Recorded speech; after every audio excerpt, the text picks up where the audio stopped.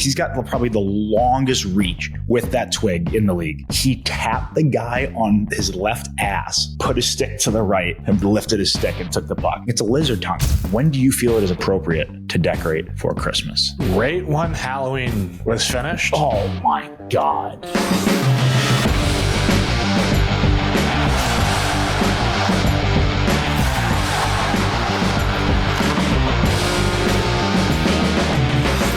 Ladies and gentlemen, boys and girls, welcome to Wingmen, your hookup to hockey. We are your host.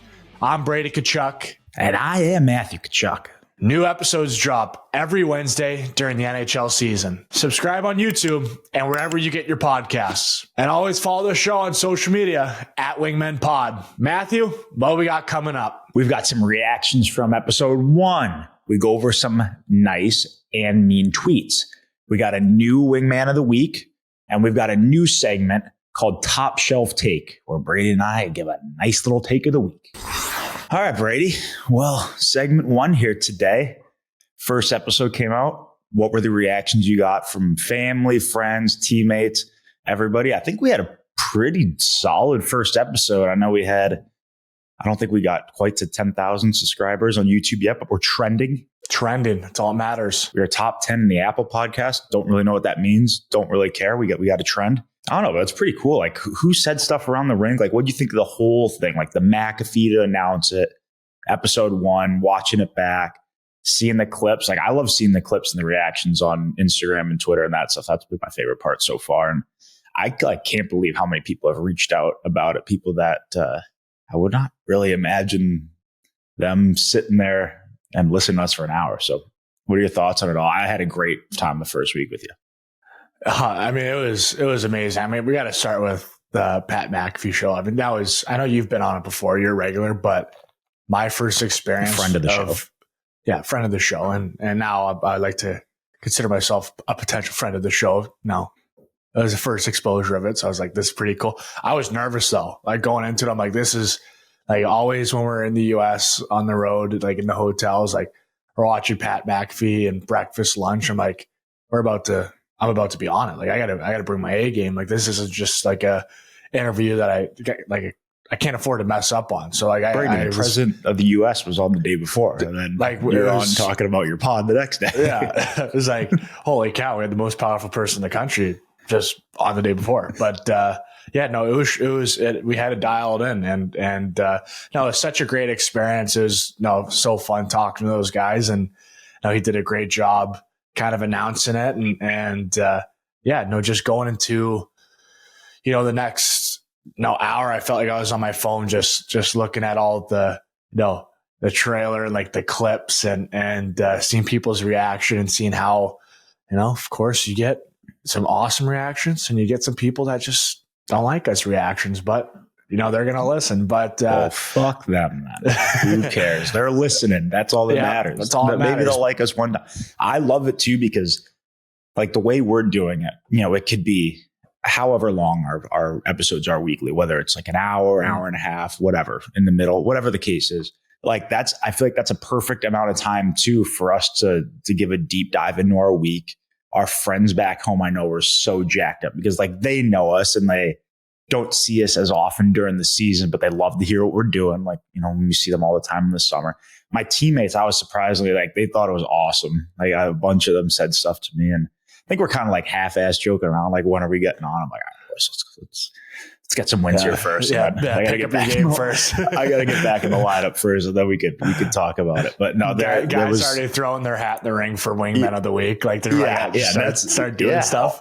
Already throwing their hat in for Wingman of the Week. I think that's going to be a very popular segment, especially once we get the merch going and we get to gift you a little Wingman of the Week shirt. I think that's going to be a hot commodity. But I just couldn't believe the text, people reaching out, and I mean, it was pretty like eye-opening. I don't think you realize some of my favorite podcasts I listen to weekly, whether that's, I know Pat McAfee show isn't a podcast, but that's a show, but I watch that pretty religiously. Like I've started to listen to the Gronk and Edelman one a little bit. And, like I'm a fan of these other sports and people talking about their other sports. And I just think this is going to be so great for the sport of hockey and to have us just explaining it. I think it's going to be really, really cool. I think it's going to be awesome. And that's the reaction I've been getting from people. I haven't gotten too many texts, been like, you sucked. I didn't like it. That's more for Twitter. That's more behind our backs.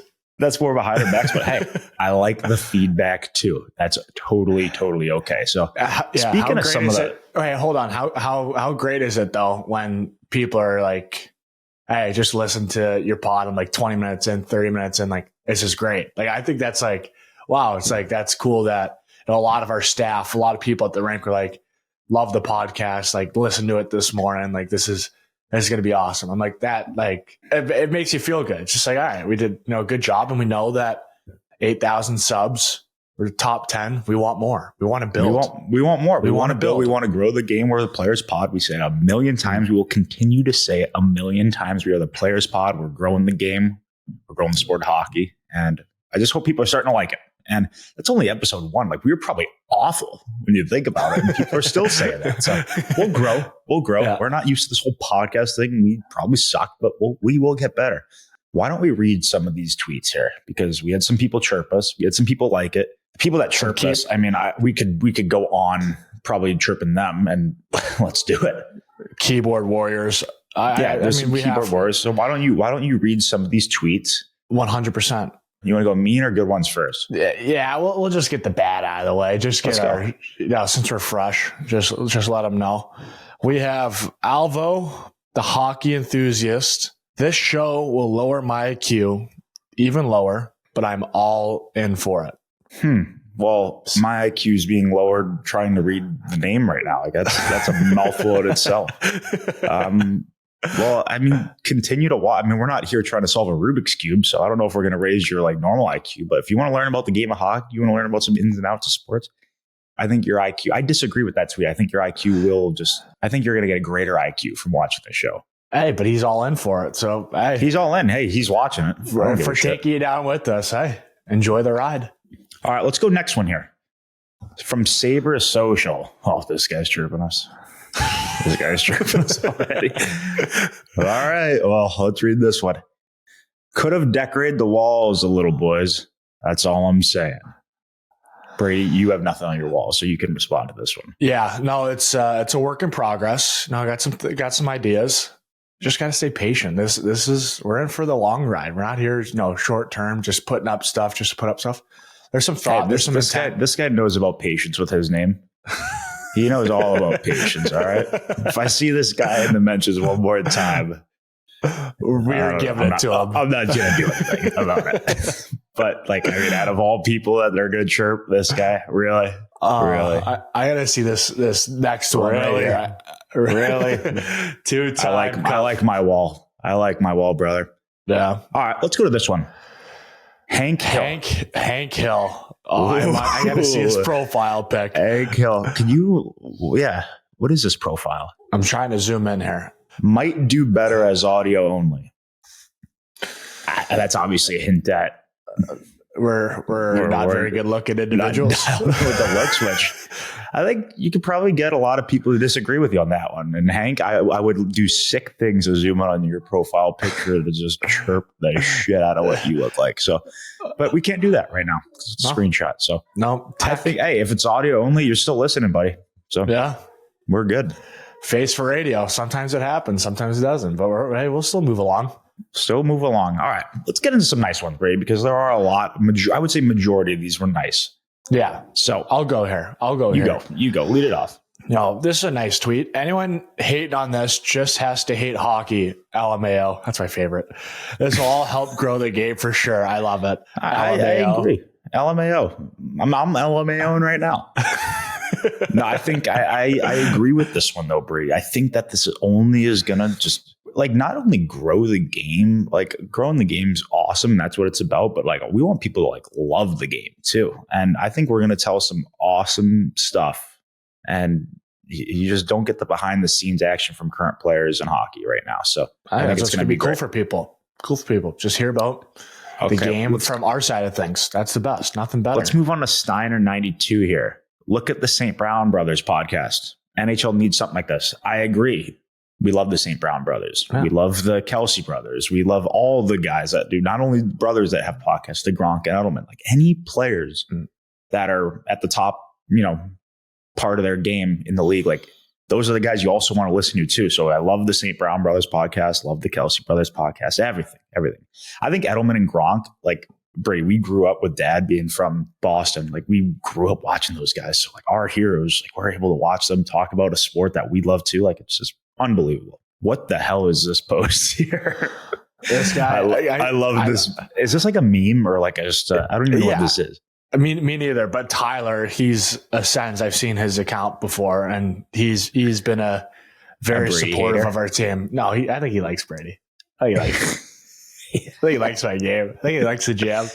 No, Tyler, he just whatever. No, he likes me. I've seen some tweets. Who booed the anthem, probably. Okay, all right, let's go through this. Don't be doing that. Like, come on, this is episode 2. We don't need any controversy. You in a bad spot. No controversy makes me happier than putting you in an awkward spot. Like just I'm gonna do that so much on this. I think. Yeah, like furnace face. Just get my face all red. Thanks, bro. That's so nice of you. Yeah, really big fan of yours, Brady. All right. The Tkachuk starting a podcast is completely fine. It's also fine if you don't like the idea of it. Just don't watch.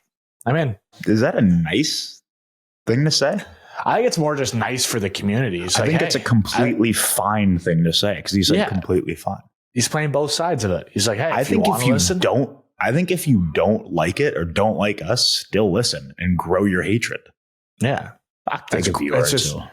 Yeah, but you never know who we could turn. We're just normal guys. I don't want to people that don't like us. I'm not doing this podcast to turn people into fans of us or our team. Like if you don't want to be a fan, then go watch another team or like another player. I don't give a shit. Say you're a fan. What one team hates us both or hates both of our teams? Say like Montreal, for example.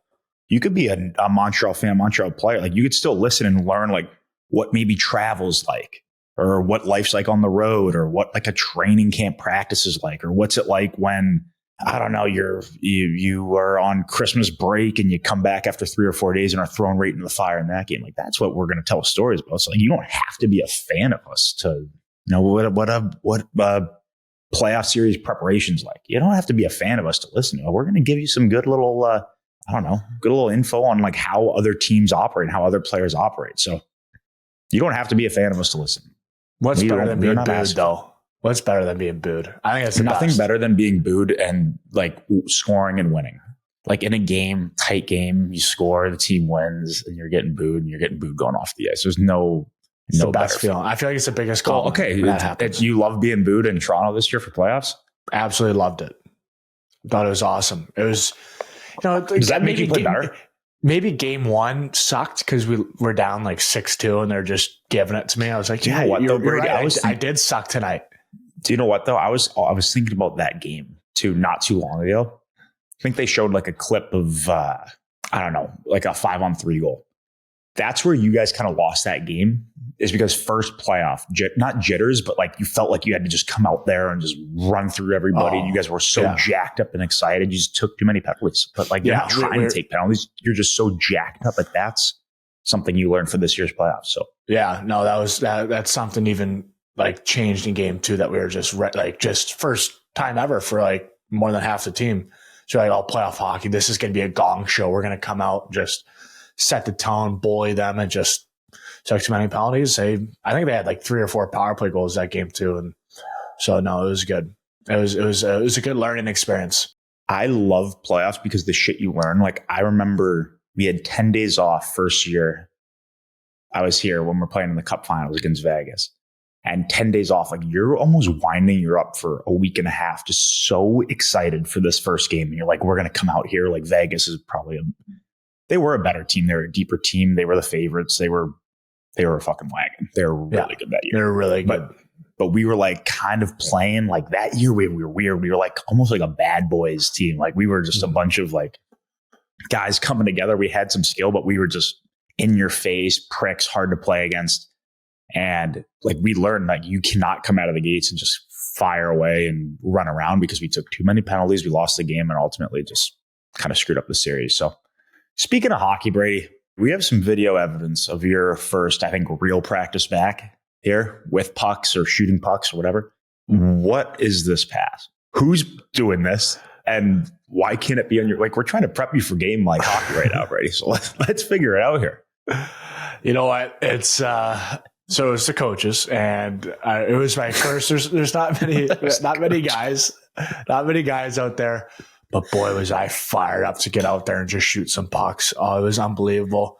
What Dad say in our group chat? He said skating looks nice, and I said, I swear, you look like you were flying. Yeah, boots were probably the best. I took some, sport like just take a beta out. I take something. I'm just kidding. No, it's I don't want the drug test. Yeah, I had the old creatine going. Just want to get all fired up. A little pre-workout. 17 coffees, a Red Bull. No, but it was just so nice to get out. It's first time shooting. It's been stick handling this past week, and got a doctor's appointment the next couple of days. So.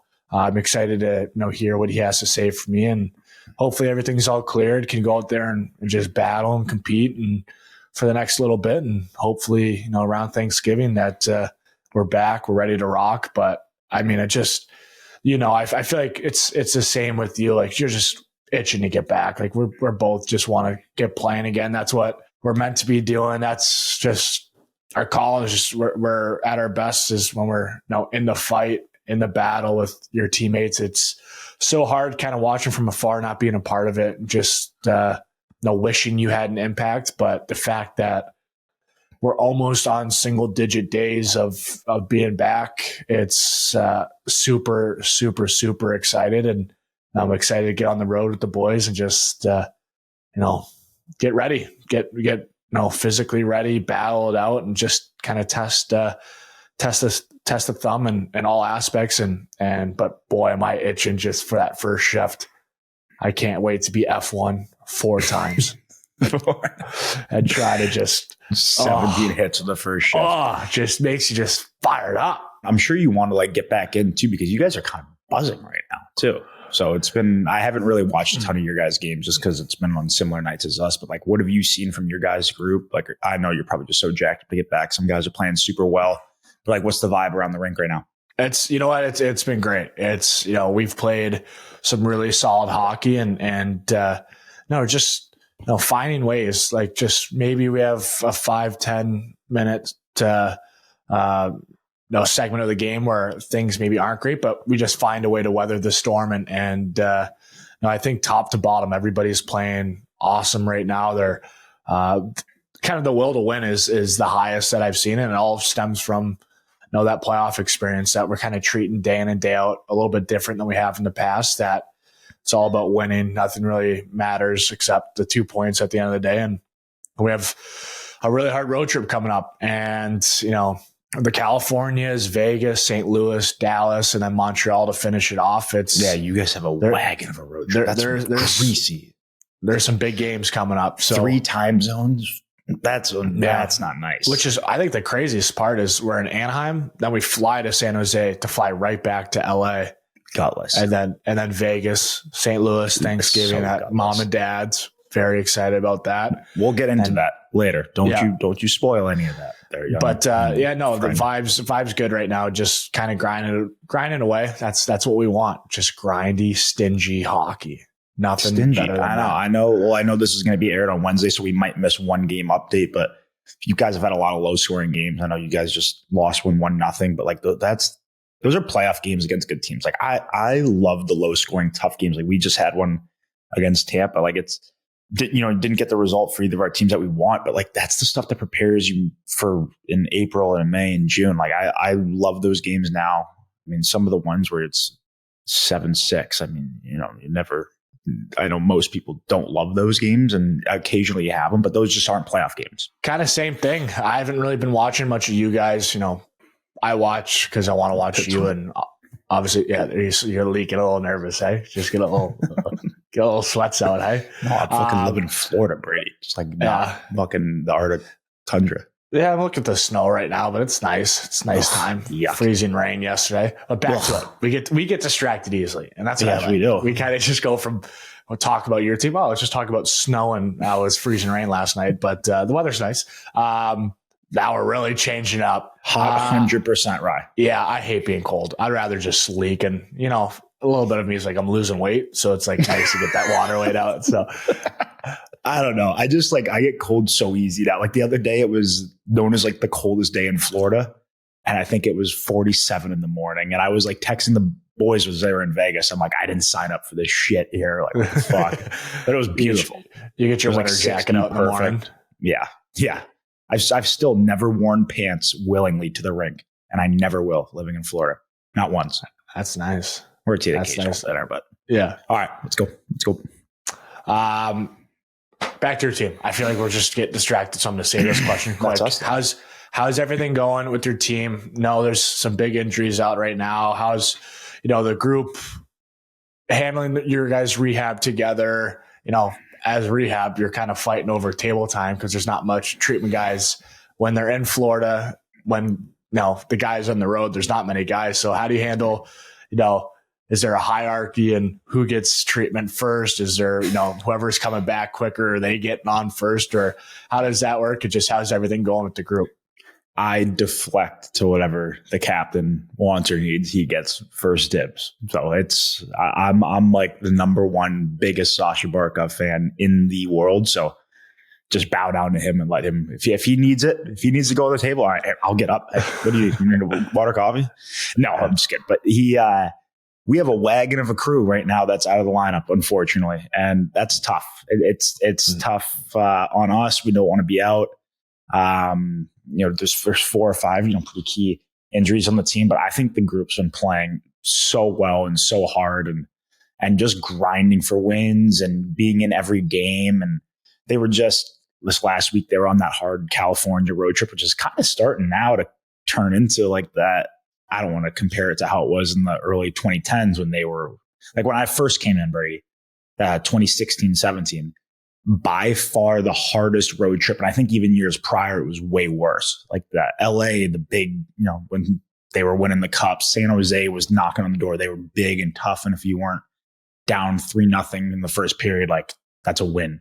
And then Anaheim was the team that kept winning the division those years. Like they were such a fucking wagon. Jesus. I remember we got swept from them first year. It was such a hard playoffs year. It's still one of the hardest ones I played in, but California now teams are starting to get better and it's starting to become kind of a gauntlet of a road trip. And then you add Vegas in there. Like it's tough, but the boys came out of that one 500. And I from what I heard, because I didn't watch the games because they were at 10 o'clock, they played well and probably deserve to be maybe 3-1 on that trip, which is, you take that on a road trip like that. So I've been happy with the way they played. We just played Washington the other day. Great win. Seeing Ovi just still in live is so sick. He's so good. But we played really well that game.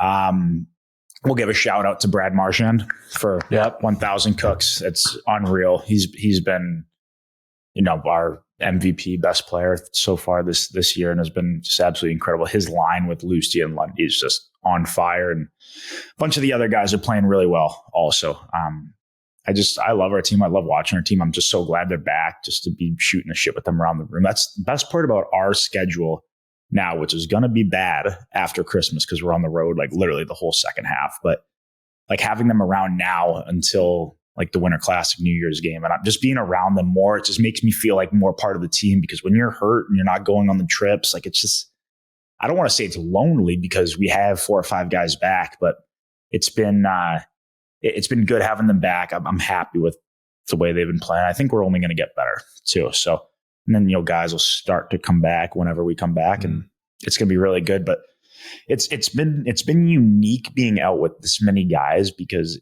in a weird way, it's been very beneficial for all of us, because like having a guy like Barkey, for example, like he's pushing me not to come back, like, you know, sooner, but like just pushing me in my rehab, like seeing some of the stuff that him and Nosy and Cooley and, you know, Gadgy, and seeing the stuff that they're doing and pushing themselves and working really hard. It's like forcing me in a way to be like, all right, I've got to push harder now. And we just continue to push each other. It's been so great having them, and such hard workers. And even talking like a guy like Barkey, we've made the most out of a terrible situation and being out at the beginning of the year. So it's been really good. Like, for example, now we're starting to mix in on game days. We go to the rink, we get there a little bit early for the game.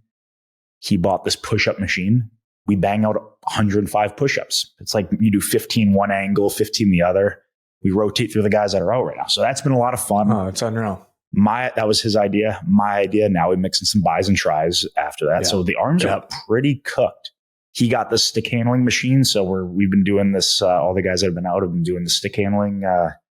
Forget the name of the machine, but I think he's got the record at 72 right now. Just pounded me. Oh, the one with the thing on the sides, the red lights, red dots that come on that board, the stick handling board. Oh, that's for the people that don't know I don't know the name of it, but it's got two kind of like balancing things you can do out the sides, and then a glider, and the plastic glider has like random red dots that pop up on it, and you just synthetic ice kind of like go over it to get a point. And so Barky did 71, 72 in how many seconds? This exactly. It's 60 seconds. We did it after the biceps. Wow. And I got 67. He got 66. This was the one day that I saw him do it. Yeah. He comes back in like 5 minutes later. I'm like, I got the chest out. I'm doing the McGregor walk, like best guy in the world, but Barky, best hands in the world, like sickest player. I'm like, I just beat him actually in that. 5 minutes later, he comes back in 72 or 73. I'm like, fuck, I ain't getting that. So I've been working hard to get it, and I can't get past 67 right now. So I've got to try to get in the 70s. That's my goal for this next week. I have to get in the 70s. Can you talk about Barkov's stick for half a second and like how it's a telephone pole? And then I got a question for you guys after that too. It's amazing to me how you can have the best hands potentially in the NHL and use a stick that's 6'5". Like he's got probably the longest reach with that twig in the league. And he gets a stick on everything. It's a lizard tongue. I learned that term from being back in Calgary. But he's got a lizard tongue. He gets a stick on everything. He lifts it. Like what he did, I have to find the clip. And Brady, I know you know what I'm talking about. He did the sickest play I've ever seen ever in my life, where a D-man was going out in the neutral zone. The puck was like flipped out. He tapped the guy on his left ass. The guy went to the left to lean because he felt he was coming that way, put his stick to the right, and Barky lifted his stick and took the puck. I'm like, he faked it. He tapped his ass and then picked his pocket from the other side. I'm like, but Barky is such a special player, and I have a feeling I'll be telling a lot of stories about him and his skill and practice stuff, and because everybody sees what he does in games, but I learned something from him once a day in practice, and once he's back and once I'm back, even now off the ice, he's got so much skill that you could even see it in the stick handling. I'm just like, I don't understand it, but me coming down to Florida has been so beneficial for myself individually too, learning from a guy like that and kind of, I don't want to say like following his footsteps, but just like learning little things about him as a leader, as a player, everything. It's really made me a better player, and I deserve him. I mean, he's got to be, when it goes down, when my career is over, probably like the greatest teammate that I could have ever had because of all this stuff that I've learned from him and just how great of a person he is. So we'll be telling a lot of stories about a lot of skilled moves he makes in practice and everything, but he couldn't be a greater guy and a greater teammate. And only just a bonus that he's one of the best players. He's always in contention. If not the best player in the league right now. He's always in contention for Wingman of the Week. Always. But like he always has his hat in the ring for that one. Always. And he doesn't throw it in himself. He's just, people will be like, how's Barky not winning this week? But he's, consistently every year, somehow after 2 cups, he's still got to be the most underrated player in the league. I do not get it. But he's right up there with your McDavid, McKinnon, McCarr, Eichel. I feel like there's just every year, but Barky's got to be. I'm a homer, but he's a beast. He's got, it's crazy. He's a horse off the ice, tarpless, just in the park already. Yeah, no brace, just shredded. I was like, all right, that's impressive.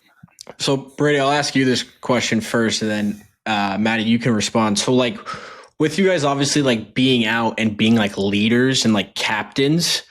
Like obviously like you see on like the 24/7s or like Hard Knocks when like kind of a star guy or a leader, like, he's always doing his own work, but like you still want to be involved with the team, right? Like maybe talk to a coach, talk to the players, or like after games, you still giving high fives. Like as you rehab and get closer and closer to like when you can start skating or when you can play, are you guys slowly like getting back into the locker room with like your voice and your leadership? Like, how does that work for you guys? Because I feel like it's so interesting because you guys do it in two different ways. Yeah. I mean, I've been fortunate, like ever since I got hurt, we've been mostly at home, or there's been a couple just one-off games where we travel the night before play, then we come back. So I've been fortunate to basically be at every game and dinners on the road still, and just kind of staying a part of it. Cause at the end of the day, when you get injured, you are part of the group, but you're also not. You have a different scheduled treatment. I'm skating before the group, like while they're in the meetings. So I'm not really in the meetings. And so you're kind of just doing your own thing to get back so you can be a part of the group. And, but I think Matthew and I are kind of in the same mindset that, we care so much about our teammates and our team. And I feel like when you're not playing, you can't really like overstep and say something because you're kind of really not out there in the battle. But you're just, for us, it's just kind of being around that if guys have something to say or something to ask, if what we see that, we can help in that way. And that's something that I've kind of tried focusing on, like watch the games down below in the locker room, in the lounge, just kind of being there just in case somebody's like, hey, what'd you see there? Something like that, just to kind of help out. And, but it's just great to I know now I'm getting to the point now of my rehab recovery where I'm going to be skating with them every day. And like, that's going to be my way of pushing to get back. And that's what I'm most excited about at this point is when I'm skating with the team, that means close to get back and close to, being in the battle and competing and winning with them again. So,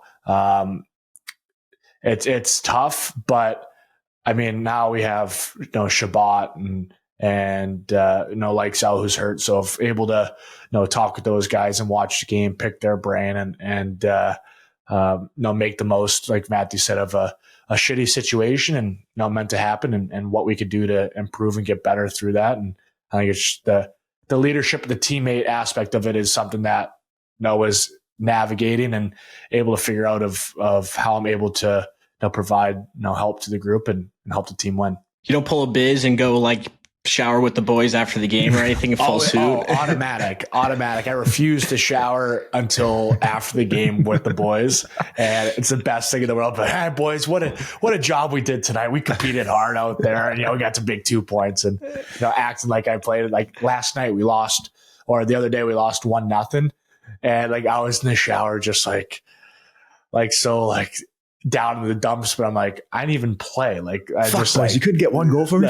Like seriously, like, come on now, get to the cage. But it's just like, it's funny how it's like, you're not playing, but you're still feeling the emotions of everybody else. How you win, it's unreal. You lose, it's just like, fuck. Quater, that's a great question though, because like everybody and every team has a different opinion on it. Like I played in Calgary with Daryl Sutter as a coach, and as kind of fucked up as this is, like thinking this way, like I took a lot from this.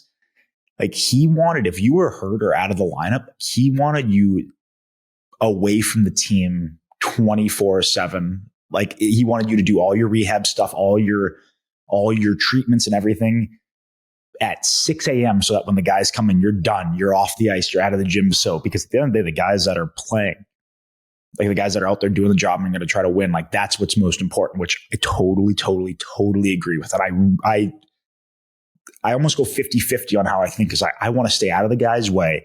I don't want to be a distraction at all. I don't want to take up any gym rack or anything that can get anything in the way of the guys.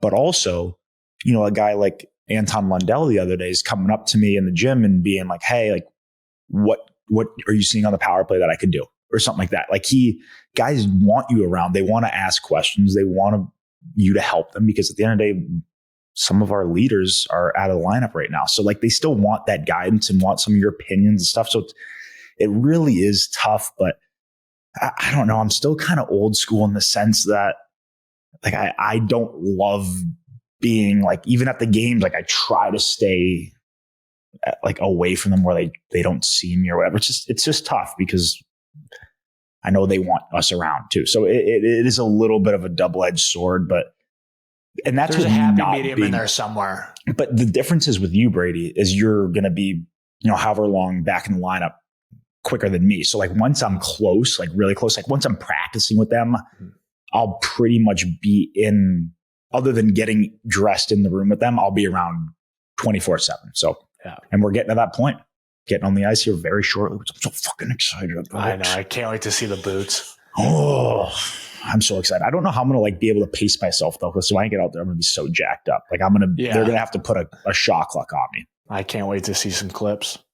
The kid's back. Kids back. All right.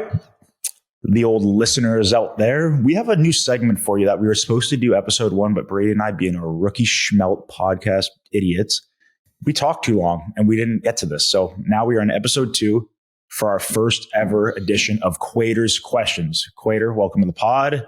We introduced you last episode. We wouldn't be able to do this without you. You're a fucking legend.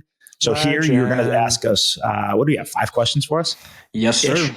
You got some questions for us, and this is like stuff around the league that Brady and I probably wouldn't think about asking each other. So we don't even know these questions. We kind of have an idea of maybe a fight that you mentioned to us, but other than that, we don't know what's coming. So here's our just off the cuff, honest answers. Quaters, kick it off.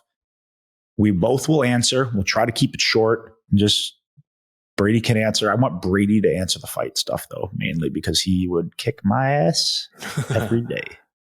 Well, I've watched every fight on YouTube, so there's some knowledge. You are a YouTube whore. You always have been. Yeah. All right, let's go to question 1. So who is your favorite player to watch right now, especially guys being sidelined? Who you guys like and who you guys turn on the TV for? Yeah, I mean, there's just so many good players and so many guys having great years. I mean, I'm going to go with some young guns because I think what they're doing is unbelievable. I think for forwards is Celebrini. I think he's unreal player. BU Terrier. I think what he's doing and what he's doing this year and such a big year for Olympics and all this stuff. I think he's showcasing himself, and it's impressive that he's doing this in his second year too. He's top 5 in NHL scoring and just super impressive and what he's going to be able to do for that team. And like Matthew said, that California trip, those teams on the up and up, he's leading the charge for San Jose, their identity and the way they want to play. So that's my guy on forward. On D right now, it's Matthew Schaefer. I think that kid's an absolute player. Just can skate, move the puck, scoring some big goals. And I think they both those guys have such an incredible future ahead of them that excited to go out there, battle, and compete with for the next bunch of years. Yeah, I got to go with, I think Colorado's been so good this year. And I think like Brady said, there's so many young guys pushing, but at the end of the day, a guy like McKinnon is just, and he's such an opposite player for me, but like, I love watching him. I think he's so powerful, great player. Him and McCarr together are obviously so talented, and just their whole team, like not just those two, but that team is so fun to watch right now. They are flying all over the place. They've been really impressive, but my number one favorite player to watch right now, and I hate how he plays in the time zone he does because I can't watch as much of him, is Leo Carlsson. He is insane right now. Like I stayed up for the game against them, whatever it was last week, like really just to watch him play. Like he's been incredible. And I know that when they were in town to play us however many weeks ago, a couple of guys in their team were talking to a couple of guys in our team, just whatever, playing with each other in the past. And they were saying like, wait till you guys see how good this kid is. So he's been unreal to watch. And I just wish he wasn't playing at 10 p.m. every night because I think the rest of the East Coast will love watching him play. All right. Question 2, McDavid's move against Columbus. How do you stop that? Well, you will be able to find the clip of me in Calgary playing against them. And he did the exact same move to me, but it was higher up in the zone and he like circled off. So he didn't take it to the net, but I went to go like give him the old like Dallas Drake cutting through the middle hit. And he just went and stopped and did a little 360 spin on me. And I think kept the hit going. So it was it wasn't like an embarrassing moment because nothing came from it. And like, I just went for the hit, thought I was going to line him up, and he just shimmy shook me. So probably saw you in slow-mo. Like I he don't probably has know. like slow-mo vision where you're coming. It's like, he's like, all right, just one quick move and you're just sayonara. Like I just don't get like it's you process the game that fast. I mean, I guess to answer your question, like how do you stop that? Maybe get I don't know. We're lucky our team. It's every time he was out there, Barkey and Forsey would be out there. So maybe if every team could get Barkey and Forsey out there, that's maybe how you could attempt to stop it. But his hands are so quick and he's that fast and that smart. I mean, it's really tough. So you just got to make sure that there's at least 2 or 3 guys. He has to come like in a one-on-one situation with that much speed and that bad of a gap. Like he's going to make you look silly. I just don't think you can bite. Maybe just back up and hopefully shoots it through you and try to get a block. I do not know. Brady, you have any ideas? The only way you can stop it is, the only way you could stop it is if you're calling his hotel room for pregame nap and just hopefully he doesn't sleep a second that day. I feel like that's the only way to stop him. The whole nap, the whole night before. Just have somebody just call him, just permanent call him every nap, every sleep. So he has no seconds of sleeping. Only way. This is so off topic, but when we were playing Edmonton, I don't know if it was as bad this year, but a couple of years ago, they'd have like their watch parties outside or their lot parties right outside the rink. And our hotel was right there. And the horns were going off like hundreds of horns just beeping it. I'm convinced there was a shady text chain at Edmonton being like, they're staying at this hotel. Do not let them sleep. And it worked. I didn't really sleep that much. All right, let's move on to question 3. We have to talk about the Jack Hughes and Frank the Tank dinner that went bad. I just feel bad because he's been playing lights out and unbelievable and like a freak accident. And it doesn't get better. It gets better because Frank the Tank is there and he just always has bad luck. So I want to hear your guys' thoughts on that.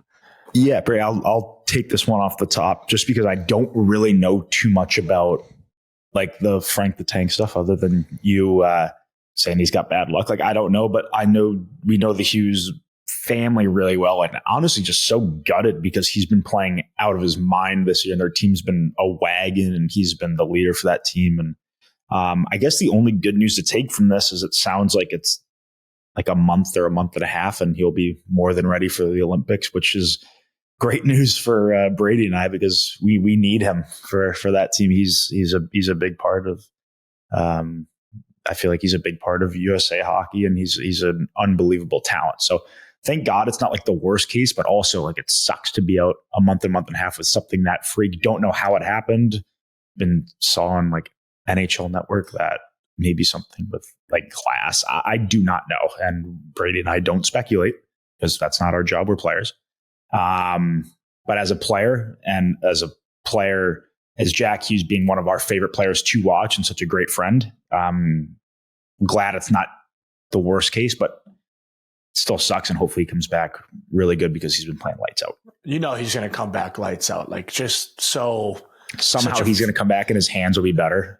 Yeah. It's just such a fluky thing. But like you said, he is so unreal. He's the leader of that team and you know, they've put themselves in a good spot, but just right when you know he comes back, he's going to be lights out. He's going to be lights out. He's going to be lights out for the Olympics. Sick. He's going to be lights out for the Olympics. He's going to be lights out for that team for the rest of the year. And I mean, it's just such, you know, whatever happened, just shitty.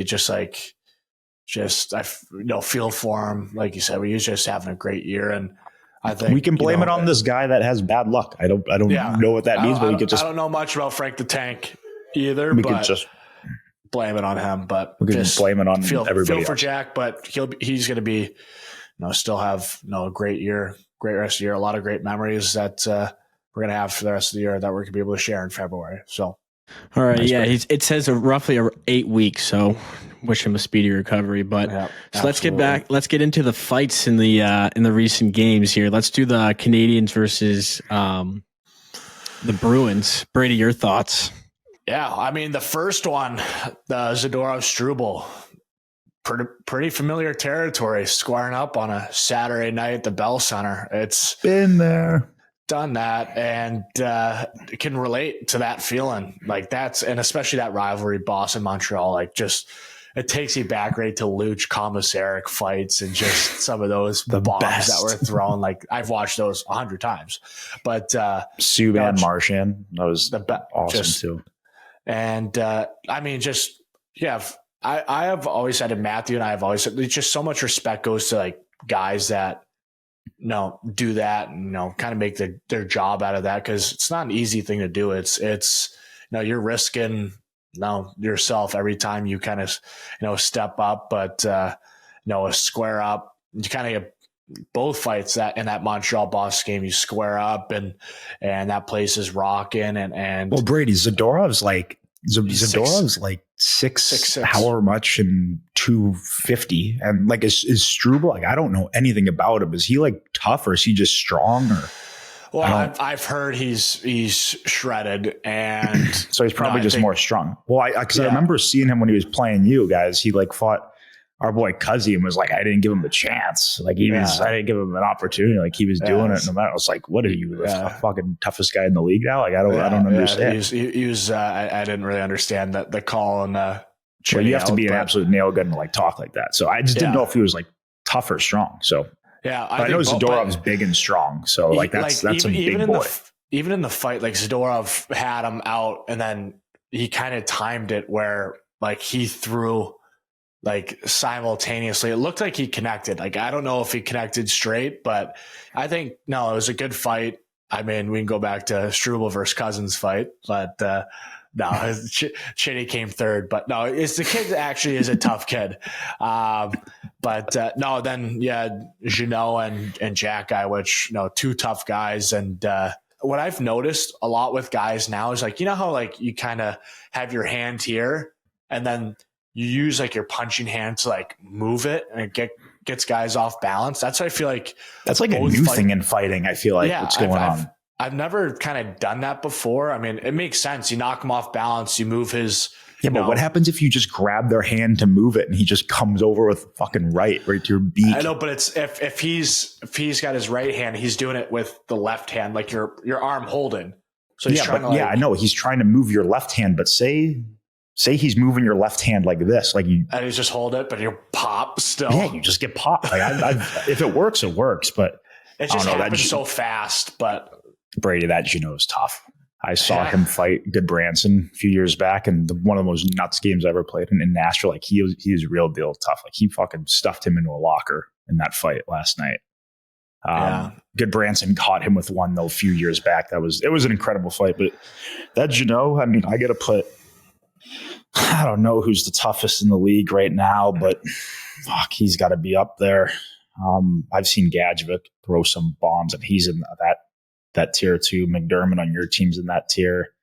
Olivier's he's probably number one, right? Maybe right now, Olivier. I mean, I just kind of always thought there's 4 like heavies, and then you got the heavies. Like there's like 10 guys after, but like that Olivier, McDermott, Reeves, and Delorier, like that's. Oh yeah, I forgot about them too. But I mean, I feel Delorier is right up there too. Yeah, like they're like true like heavyweights, and you have very tough guys after that. They'll fight anybody.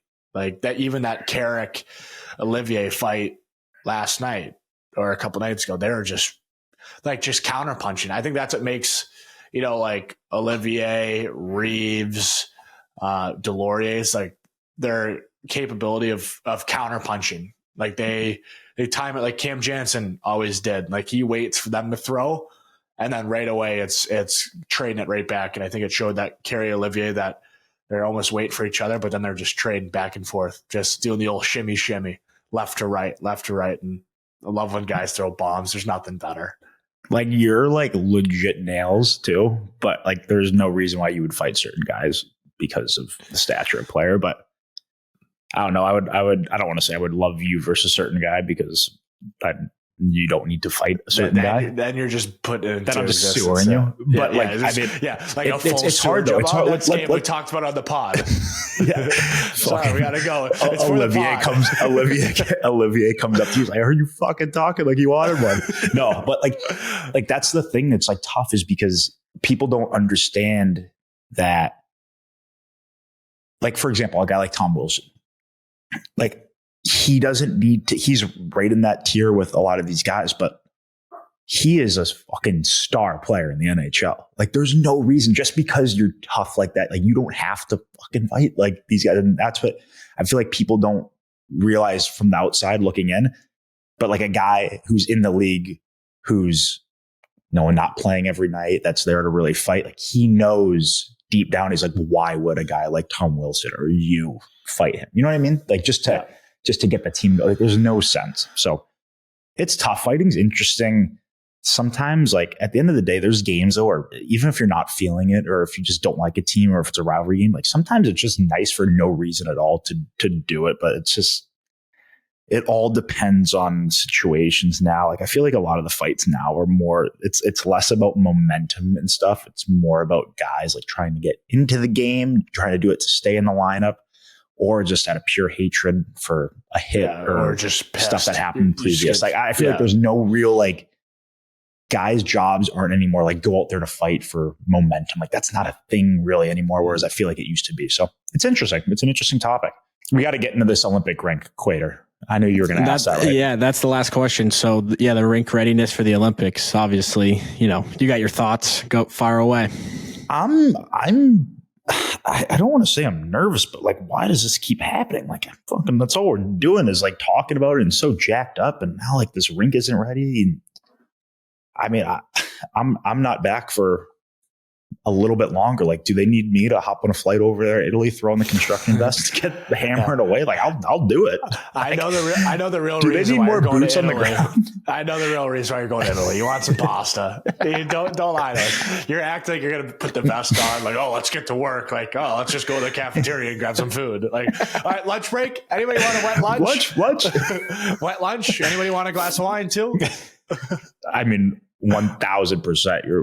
You're spot on. But yeah, like, I mean, if the rink's not ready, like, doesn't that just mean like have more people help to get it ready? Yeah. I don't understand why this really is a thing. Or I mean, talk about Brady and I are kind of last minute guys sometimes. Like, if it's 5:30, like, hey, where are we going for dinner? Like that's last minute. Like Olympics, we should probably this should be figured out. But I'm not too worried about it. I feel like the league, and I think they're blaming it on the what's it, IOC right now. I think there's a lot of pointing fingers at they said it'd be ready and they're not worried. But I think it's going to be.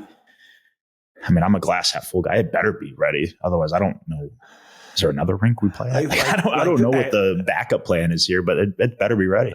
Like this just reminds me of like back in like grade school. We're like, hey mom, we have a project due tomorrow, but I've got no supplies. Like you might just help me out here. Like that's what it reminds me of. Like we're just procrastinating to the very last minute. But you know what? It'll get done. And we always got it made. Always. Don't know how. A couple Blues. And it wasn't because mom said, all right, give your teacher tickets for dad's game tonight. It wasn't because of that. I promise. We worked hard. There is some bribing going on for sure. Are you kidding me? Shady. All right, ladies and gentlemen, we're going to be I feel like a pilot there. Oh, ladies and gentlemen. Ladies and gentlemen, we have an hour and a half minute flight. Please put your seatbelts on at all times in the cabin. All right. So, we're introducing another segment this week because, again, we were idiots. Episode 1 didn't get through at all. But this segment will be known as the Top Shelf Take. So kind of what's going on seasonally, just, I don't know, could be random. But we're going to try to have a serious Tkachuk Brothers Top Shelf Take once a week.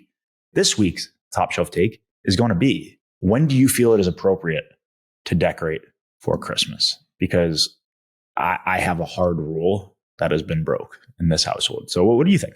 Right when Halloween was finished. Oh my God. Your decorations were being put up right now. November, whatever day, middle November, we have the wreath on the door. We have our Christmas lights up. We have about 8 million nutcrackers buzzing around in this household everywhere. You got the Christmas candles, just all that fun stuff that I always thought it was, Thanksgiving and then it happens, but it's so cold here that you can't put Christmas lights on the roof's already frozen. So we have to do that beforehand. It's like Christmas there in March.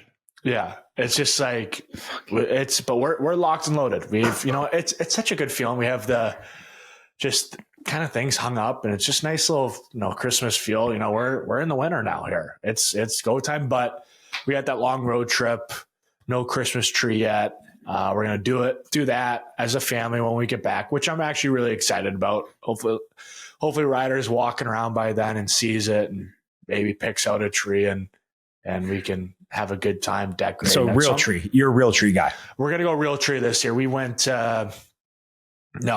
we've always had a fake tree and I think it's only right now that, get a real tree with our family and just, But what about all like the listeners out there with young kids though? That'll be messing with that tree and like eating some of the shit around. Like, I mean, you can't control a 1-2-year-old. Like I feel like a real tree could kind of be a little bit of a hazard too. Yeah, no, I can see that, but I want Ryder to be built different. I just want him just to be a complete animal. Just you do what you got to do. Throw your hands around. Toss a couple ornaments. Send a couple messages. Let him know. No, that's actually good thinking. But real tree, fake tree. It's real tree, fake tree. Who gives a shit? Gold jacket, green jacket. If he wants that thing to come down, she's coming down. So I remember Brady. It's just all eyes on him. I remember some of my favorite memories, though, going back to Christmas, like in our St. Louis days growing up, was going to Chaminade, picking out the real tree, Chaminade, our old school. But even before we went to school, they had the greatest Christmas tree. How would you word that? Like greatest selection. Christmas tree, selection. You would always grab a real tree. I remember, what was it? Mom and Dad, like every year, were kind of trying, not pushing for the fate, but it got so insane that we were like, became a tradition. We make a fun day out of it. They loved it. Mom was just here visiting and just brought that up actually the other day. That was some of her favorite memories. So I totally could not disagree more with you about after Halloween. I think that's diabolical. I think that's actually asinine. I think it's insane.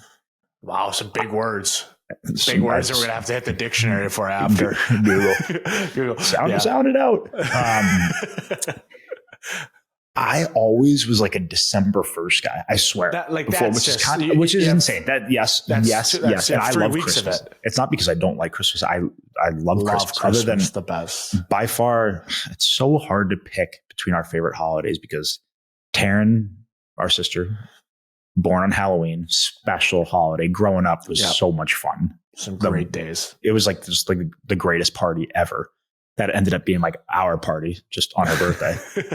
And then Thanksgiving, I love, just so fun. We'll get into that at a later date, all of our traditions there, but such a special holiday for us. And then Christmas was like just the best time ever. So it's hard. I love Christmas. I've become, now I feel like a guest in my own house. So really what I say and what I want doesn't necessarily happen all the time.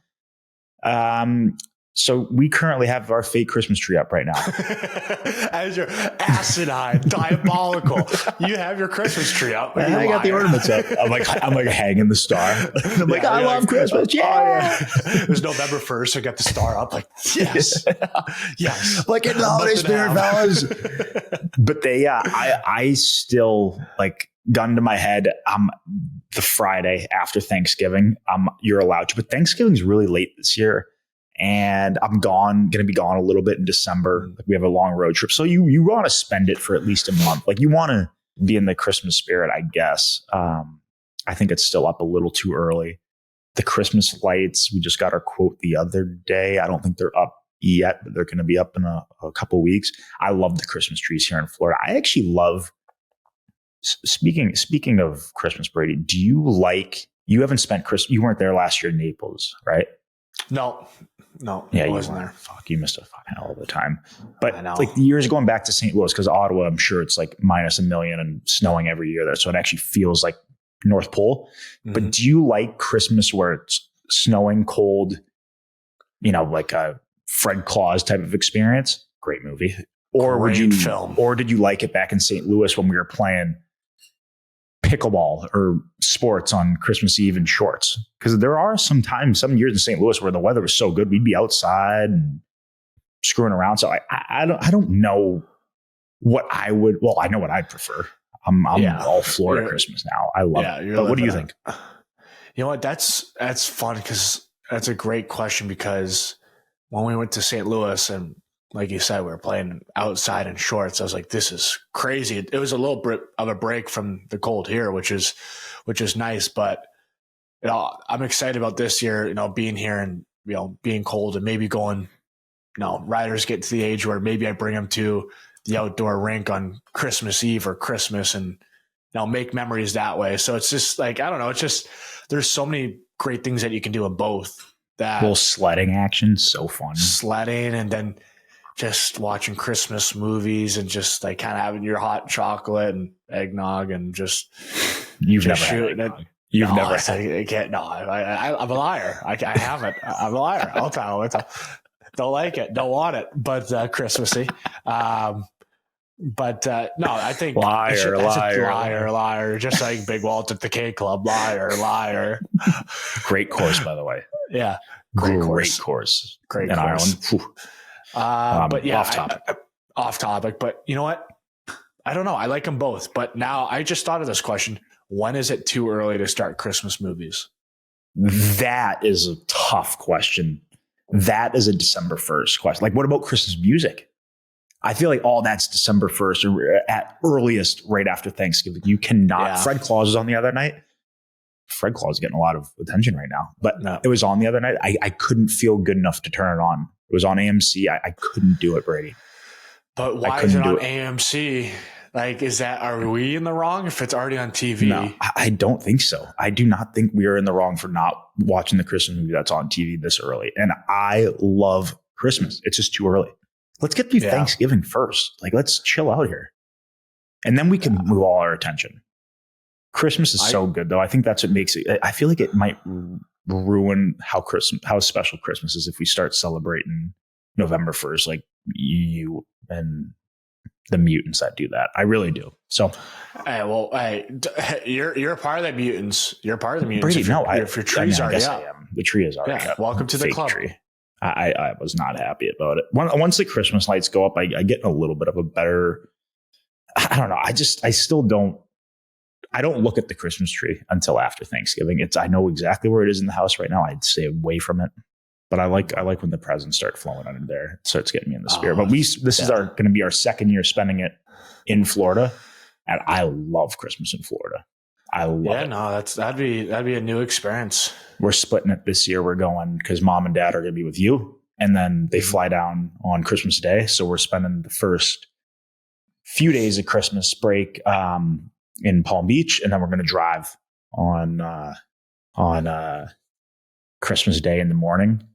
Wake up, hung, and drive over to Naples and spend the 25th, 26th, and then our team's got a game on the 27th, and be back 26th at night. So it's gonna be fun. Nothing's worse than just how bad is that game?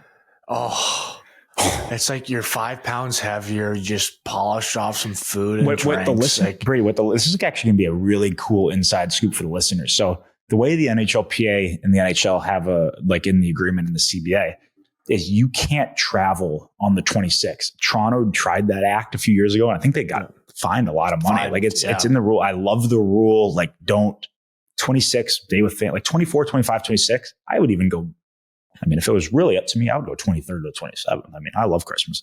Yeah. Love a little few days off for that. But so you can't fly on the 26th. So they plan your game on the 27th with a team that's close to you. So like, we're playing Tampa this year. You're probably playing Toronto or Detroit. Toronto. So the way the CBA rule is, if you're playing on the road, you have to fly in that morning. So most teams will probably have like a 8 or 9 a.m. flight, probably earlier, 8 a.m. flight, fly to their cities. It'll try to be under an hour. They'll get to the airport, go right to the rink, pregame skate. It is the worst pregame skate of the year by far. It is such a hard game, or such a hard morning skate to get like into. And by the time you start to feel like somewhat good, you're off the ice. You're in the hotel, you're eating your pregame meal, you're taking your nap, and then you're playing a game. Good thing is everyone's in the same boat. Everyone's a lot heavier. Everyone's a little sluggish. Everyone smells like a brewery. It's that's a muck of a game, but everyone's in the same boat. I love that game. Those are the game. It's like the practice after rookie party. Like they're the best. They're the best. So hey, how about some other teams though? On like the 27th, will pregame skate in their home cities, then leave at like 2 or 3, leave at 2, land at like 3:15, and then bus right to the game, and then like they're there for. That's like training camp. Yeah. That's like crazy. The dumbest thing I've ever heard because you can't nap then. Yeah. Like you're fully taking it out. I would rather, you got to soak it and just fly early, grind out that road pregame, and then just get to the hotel and try to shut it down for a few hours. It's not ideal. You want to play at home in that 27th game. You want that. It just never game. Happens. Yeah. Just never happens. It happens for us this year, which is good, but I'm still going to be in Naples, drive over. It's a fucking at least it'll be hour, a nice 45-minute drive. And hopefully like a St. Regis cookies. Like there's nothing better for that. Oh, that's a special hotel in Toronto. One of the only good things about going and play there, for sure. But we're not staying there. I just want to make sure if any Toronto listeners are there, we're not staying there. We're staying somewhere else, but we'll Uber Eats. All right, YouTube. I always want to say that. This is my favorite part of the show every single week. I know we're on week 2, but this will be for the rest of however long we have this. This will always be my favorite part of it. Wingman of the week. Brady Tkachuk, who is your wingman of the week? You know what? This is to your point. This is just the highlight right now. Just the honor is like all ours to be able to represent these incredible talents, not just hockey, but as just athletes. Hockey. But today we're giving out our first hockey wingman of the week. And I'm a homer, so it's staying in Ottawa. But wingman of the week goes to Shane Pinto. Wow. Just a round of applause. My guy signed a great deal, a well-deserved deal, 4 years, 7.5. Potentially going to be underpaid in a couple years because I just think he's an awesome player. But he's so good, Brady. He's so good. He's just an unreal player, unreal guy. Just everything he does for our team. It's all about winning. It's all about helping each other out. And I just think it's a well-deserved honor because he's really stepped up his game this year. I think it all comes from that playoff experience and just growing into himself and we wouldn't be the same team if we didn't have Shane Pinto. So, do you know what, Brady? Congrats to Pince on first ever NHL player. Like that's an honor itself. First wingman of the week, NHL player edition. That's good for him. I was actually thinking about him the other day because I did not do very well on my. I can't say that. But like let me reword this. I don't want to say that. That'll put him in trouble. I think what would be a great little thing too is, we should get a Pinto pick of the week for the NFL. I didn't do great on my NFL one the other day, so maybe one day we could get a little Pinto pick of the week for an NFL game. Wouldn't that be nice? That would add to the legend as wingman of the week. He's got to provide something for us. We're not just giving these out for free. For free. Come on. Yeah, I scratch your back, you scratch ours, and we need a Pinto pick of the week. He's got to give us some good I don't know, like a fantasy football player or something. I need to know who to draft or something. Yeah.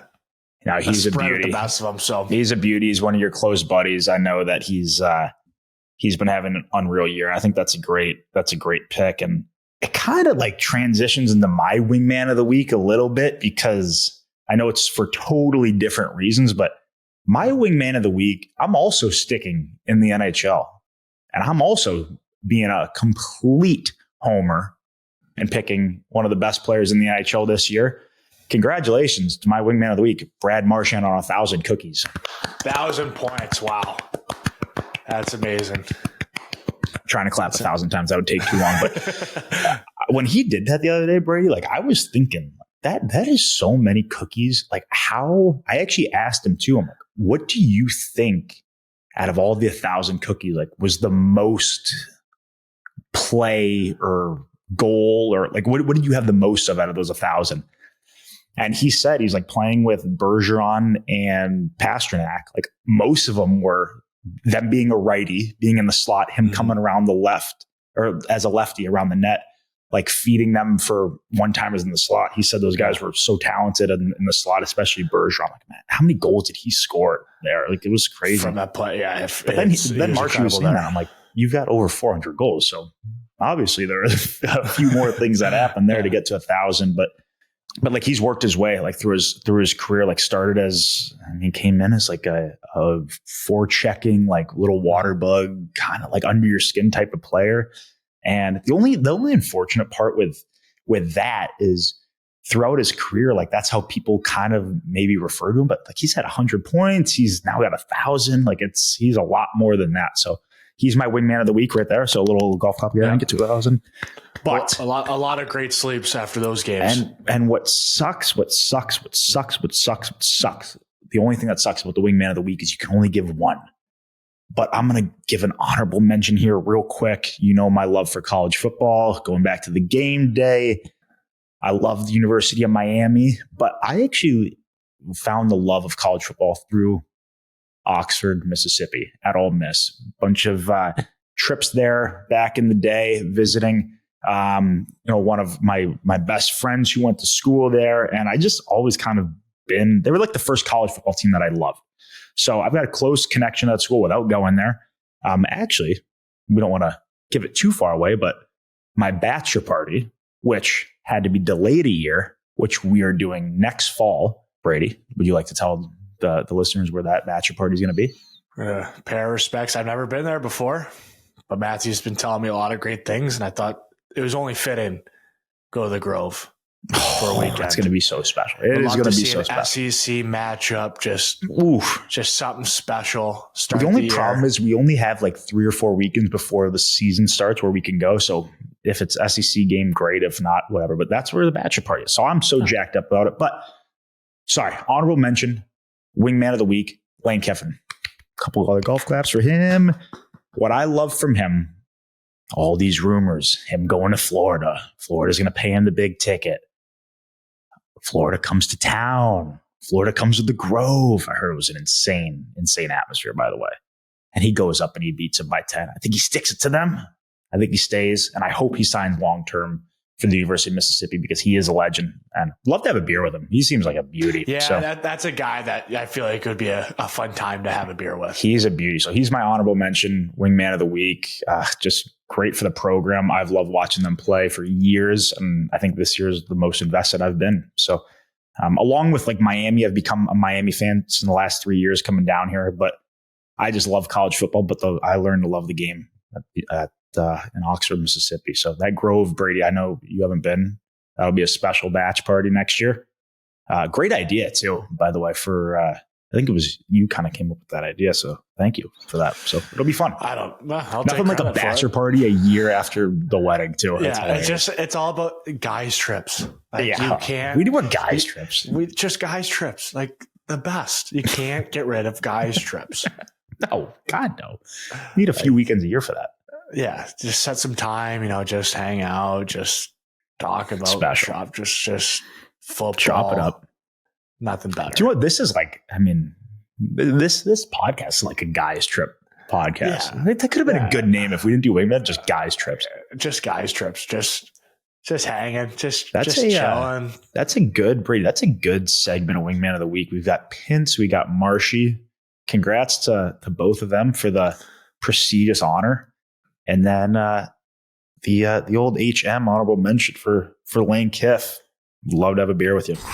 Well, that wraps the second episode of Wingmen. New episodes every Wednesday during the season. Watch and subscribe on YouTube to the Wingmen channel. Listen and subscribe wherever you get your podcasts. Once again, Wingmen is a Wave original. Follow the show on all social media at Wingmen Pod for some super fun clips throughout the week. Last but not least, we have the best production crew in the biz. You guys are the GOATs.